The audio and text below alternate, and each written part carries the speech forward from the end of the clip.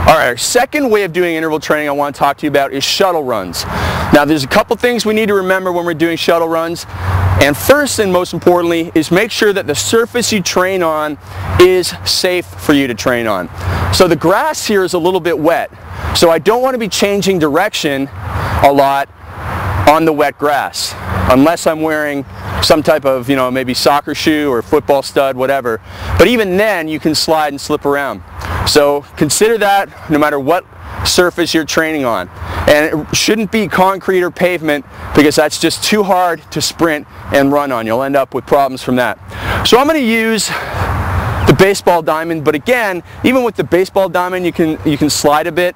So be careful if you choose that. Just make sure that you are able to make your changes in direction properly. Now what I'm going to do in the shuttle runs is set up just shuttle start point and then an end point. It could be 5 meters or 10 meters away.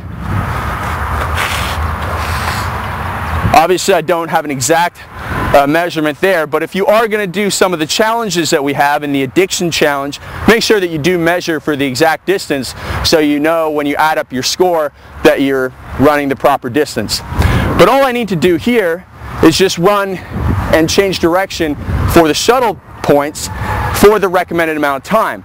And now another reason that this is a little bit better, two reasons actually that I prefer this over just running 400 yards straight, is one, that one research study showed that doing this shuttle type running resulted in a greater physiological response in members of the Ivory Coast World Cup team. So this was actually a study done on world-class athletes, and it found a greater response physiologically, which probably means more fat loss for us everyday folk. Now the second thing is that you don't have that long distance running, sprinting, where you're going to have a whole lot of time for overextension. Now the only thing another thing that you have to consider with this is that with the changes in direction, you do have to make sure that you're warmed up properly with your groin, doing that warm-up circuit so you don't injure yourself when you change directions.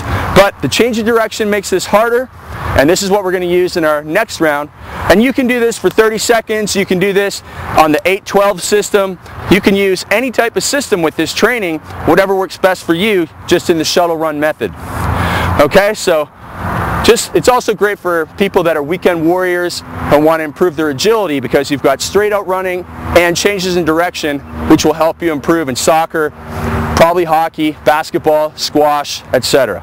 So when I'm ready, I'm just going to sprint out, down, get low, push off,